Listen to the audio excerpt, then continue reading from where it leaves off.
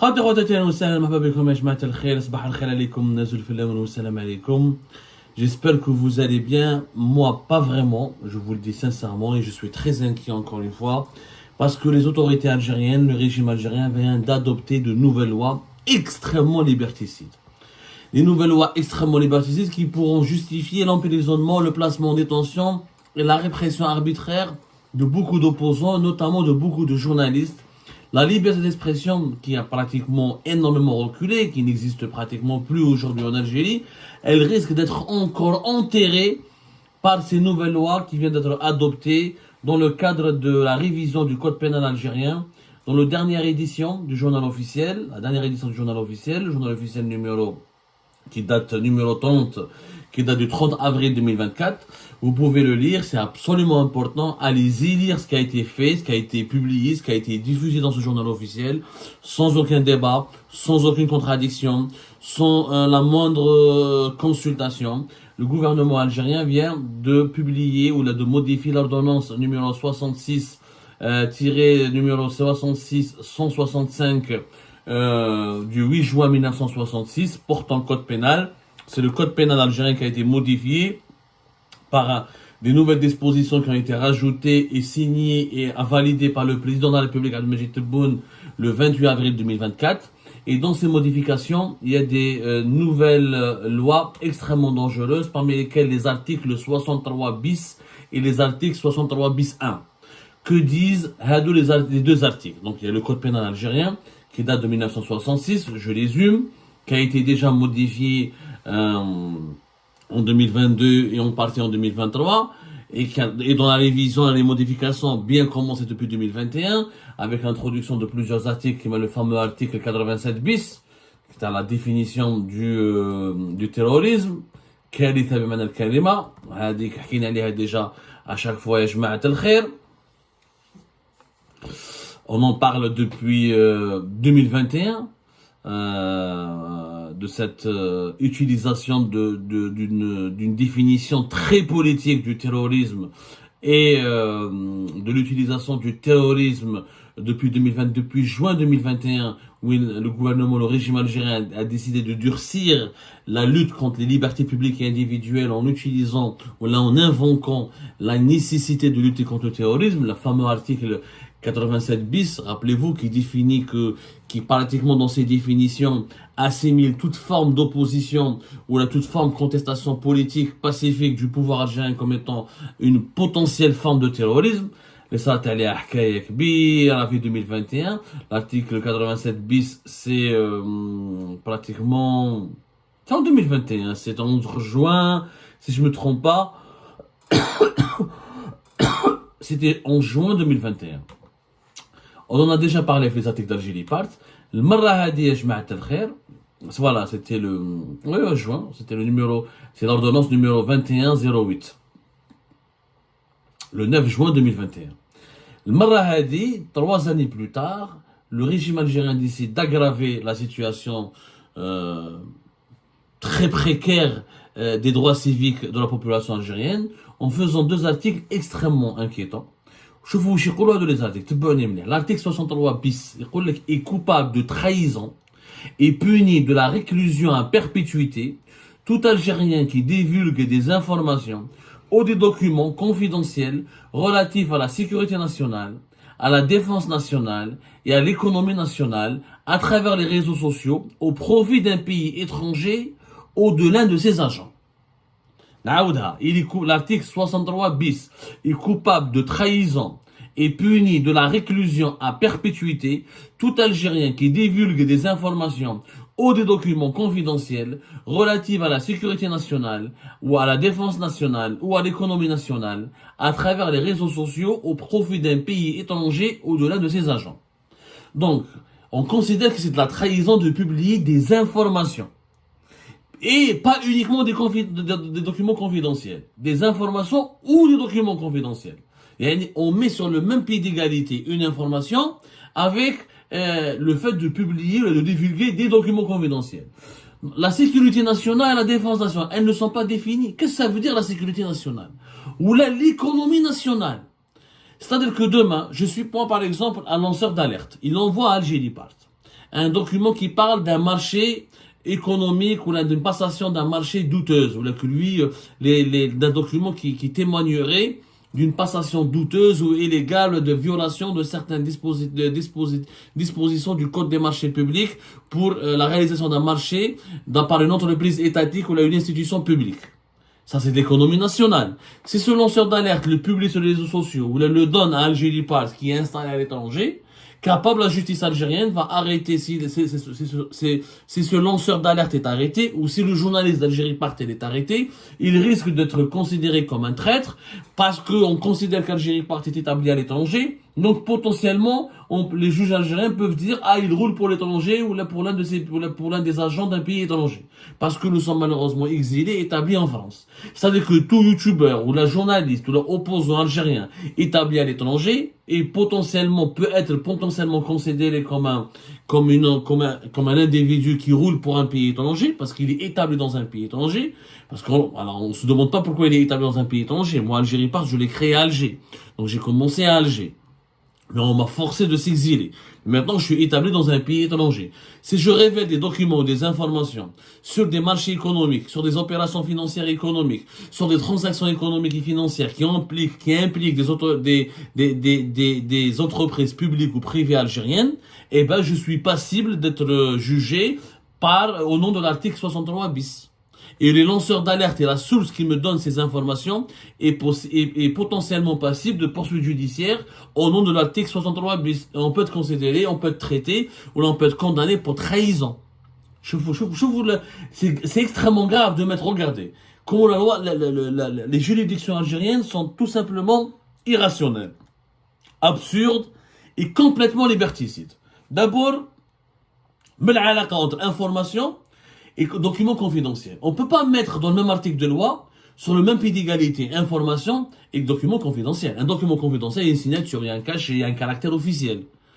Je peux comprendre que si on divulgue, par exemple, un document d'une transaction au sein de l'armée, ou là, un document signé au niveau du ministère de la Défense nationale concernant la mobilisation des troupes, ou là, comment tel bataillon de l'armée algérienne, qu'est-ce qu'il doit faire, ou là, tel service de sécurité, là, je peux comprendre.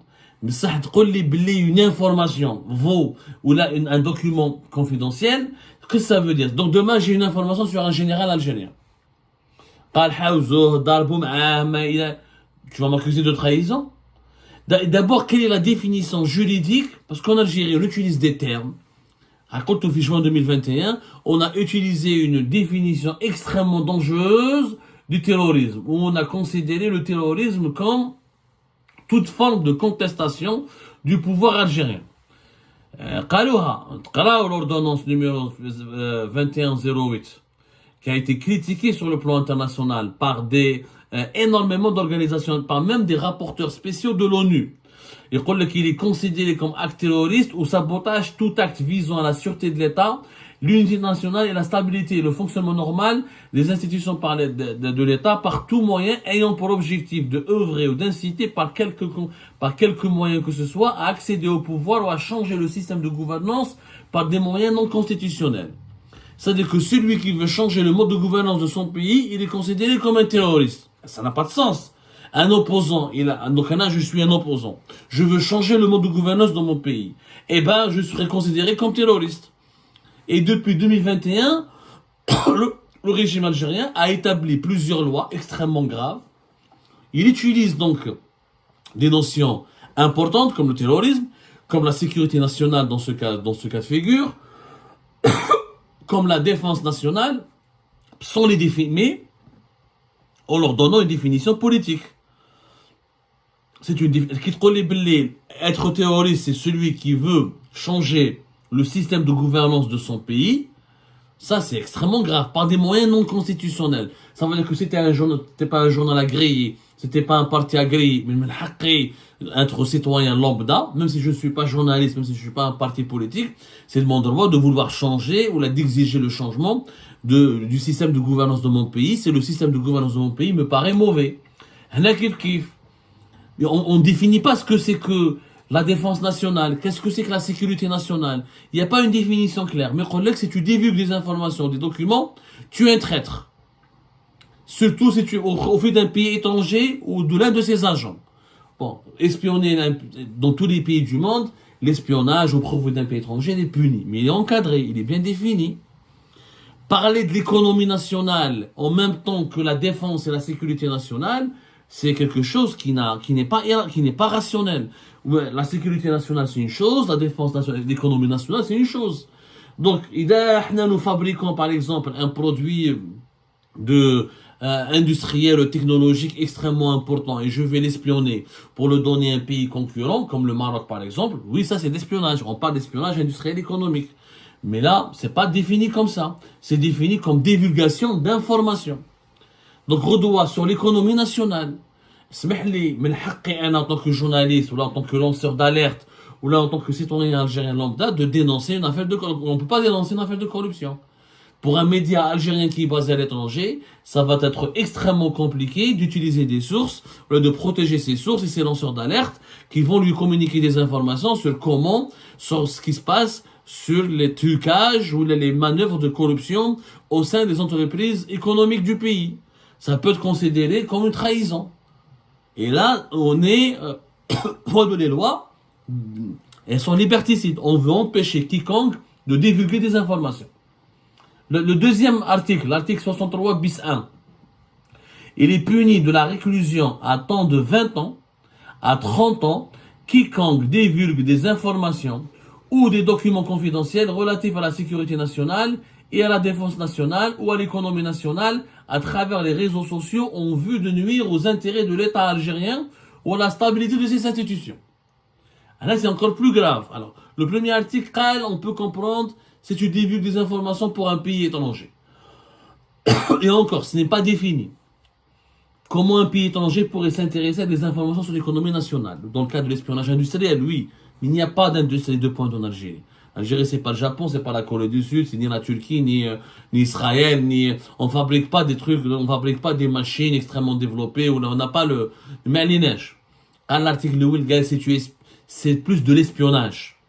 Parce que il y a espionnage. L'espion ne divulgue pas des informations. Il vole des informations pour les transmettre à une entité étrangère. Là, on parle de divulgation. Divulgation, ça veut dire, et on parle sur les réseaux sociaux.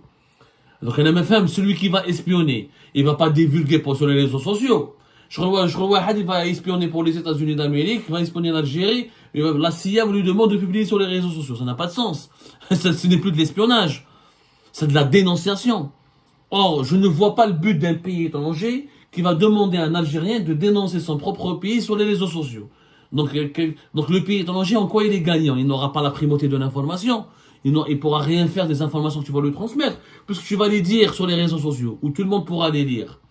D'où ça vise les activistes. C'est des articles de loi qui visent les activistes et les journalistes. Comme nous avons des sites internet, nous travaillons sur les réseaux sociaux, comme nous activons essentiellement sur les plateformes, les YouTube, les Facebook, les TikTok, les Instagram et tout ça, qui sont les réseaux sociaux. Donc, on nous criminalise, on nous diabolise encore une fois, et on nous accuse d'être potentiellement des traîtres si on divulgue des informations sur l'économie, la sécurité nationale ou la défense nationale. Toujours est-il, on ne précise pas ce que c'est que la sécurité nationale, on ne précise pas ce que c'est que la défense nationale, et on ne précise pas ce que c'est que l'économie nationale. Donc si je dénonce un marché qui n'est pas conforme, un marché genre les projets tali qatari, si je publie des documents sur les marchés tali qatari qui n'est pas pour moi conforme, ni qui n'arrange pas pour moi à mes yeux l'intérêt général de mon pays, si je publie des documents ou des informations confidentielles sur ce marché, t'as le fameux projet de grande ferme agricole fait Adran, je risque d'être considéré comme un traître. Ça n'a pas de sens. L'article 63 bis 1 il est encore plus grave puisqu'on risque 20 ans à 30 ans de prison si on diffuse des informations sur l'économie nationale, sur la défense nationale, la sécurité nationale, sur les réseaux sociaux, en vue de nuire aux intérêts de l'État et à la stabilité de ses institutions. D'abord, qu'est-ce que c'est que les intérêts de l'État? Attendez, le gouvernement algérien il utilise des notions très vagues sur lesquelles il n'y a pas de consensus. nous avons bien compris que le terrorisme, nous n'avons pas le même consensus. Le terrorisme, ce n'est pas le changement du mode de gouvernance d'un pays. Le terrorisme, c'est l'usage d'une violence contre la population civile, contre les institutions d'un pays, en vue de provoquer le désordre, en vue de provoquer le désastre, en vue de tuer, au nom d'une idéologie ou là, au nom d'une raison politique. Mais changer le système de gouvernance dans son pays, il y a que l'Algérie qui considère pour le moment que le changement du système de gouvernance d'un pays est du terrorisme. Donc maintenant, comme il n'y a pas d'accord, il n'y a pas unanimité sur les définitions juridiques des notions importantes, quelle est la définition juridique marginale de la sécurité nationale et des intérêts de l'État? Je parle les intérêts de l'État. Donc moi, je dénonce la corruption.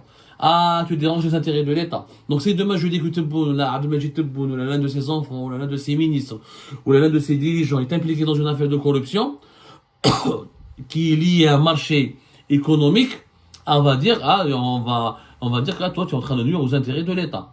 Parce que tu menaces la stabilité de ces institutions. Ah, au contraire, je ne nuis pas aux intérêts de l'État, je suis en train de protéger les intérêts de l'État. Donc, mais qui est là? Quelle est la compétence des juges? Quelle est la loi? Quelle est la définition précise des intérêts de l'État et la stabilité des institutions? Et encore une fois, on parle de divulguer des informations. Divulguer des informations, c'est le travail du journaliste et du lanceur d'alerte. Donc la loi les lois, ces lois visent les journalistes, visent les lanceurs d'alerte, visent les sources qui permettent de dénoncer des affaires de corruption, des scandales de corruption, ou là des scandales de mauvaise gestion et de mauvaise gouvernance. Parce que la même chose, si un général fait de mauvaises décisions, ou là fait des abus de pouvoir, ou là ne dirige pas bien sa direction, si on le dénonce dans la presse ou là sur les réseaux sociaux, eh ben ça peut être considéré comme une atteinte à la sécurité nationale.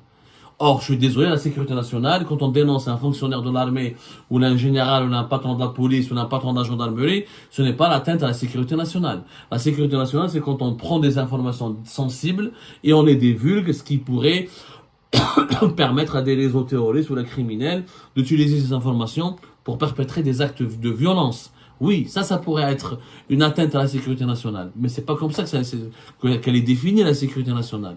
Donc, ce sont des lois qui criminalisent encore une fois les dénonciations, les lanceurs d'alerte, le journalisme indépendant, les enquêtes d'investigation. Il n'est plus possible aujourd'hui d'enquêter.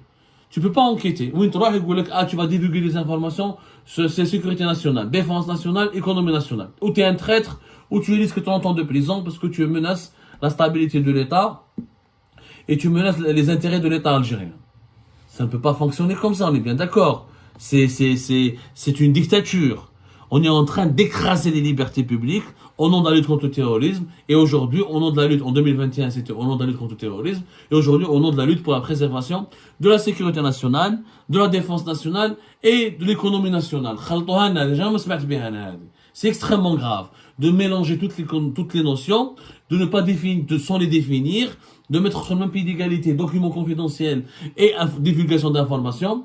Clairement, cette loi vise encore une fois les journalistes, les lanceurs d'alerte et les opposants, les activistes qui luttent pour davantage pour une moralisation de la gestion du pays, pour une transparence dans la gouvernance du pays, contre la corruption, contre le détournement des richesses du pays. Il y a encore un article encore plus dangereux, aussi dangereux, parce il n'y a pas de hiérarchie dans le danger. L'article, par exemple, il y a un article qui a l'intérêt national. L'article 96 se réserve des dispositions de l'article 87 bis 5 et quiconque distribue, l'article 96, quiconque distribue, met en vente, expose au regard du public ou détient en vue de la distribution, de la vente ou de l'exposition dans un but de propagande des tracts, de bulletins, des papillons, vidéos, enregistrements audio de nature à nuire à l'intérêt national est puni d'un emprisonnement d'1 an à 5 ans d'emprisonnement. Est puni d'un emprisonnement de 1 an à 5 ans. Là, c'est encore plus opaque.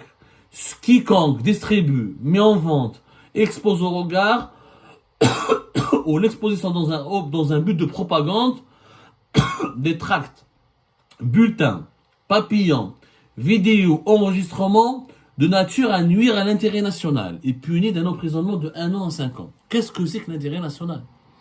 Donc, j'ai des tracts. Demain, il y a les élections présidentielles qui arrivent. J'ai envie de dénoncer Tebboune. J'ai envie de dénoncer par exemple le deuxième mandat de Tebboune. Je fais un tract, une banderole, ou là une vidéo, et je veux l'exposer au public. Est-ce que je ne risque pas d'être jugé au nom de l'article 96? Tu fais de la propagande et tu nuis à l'intérêt national. Est-ce que le deuxième mandat de Tebboune, c'est l'intérêt national?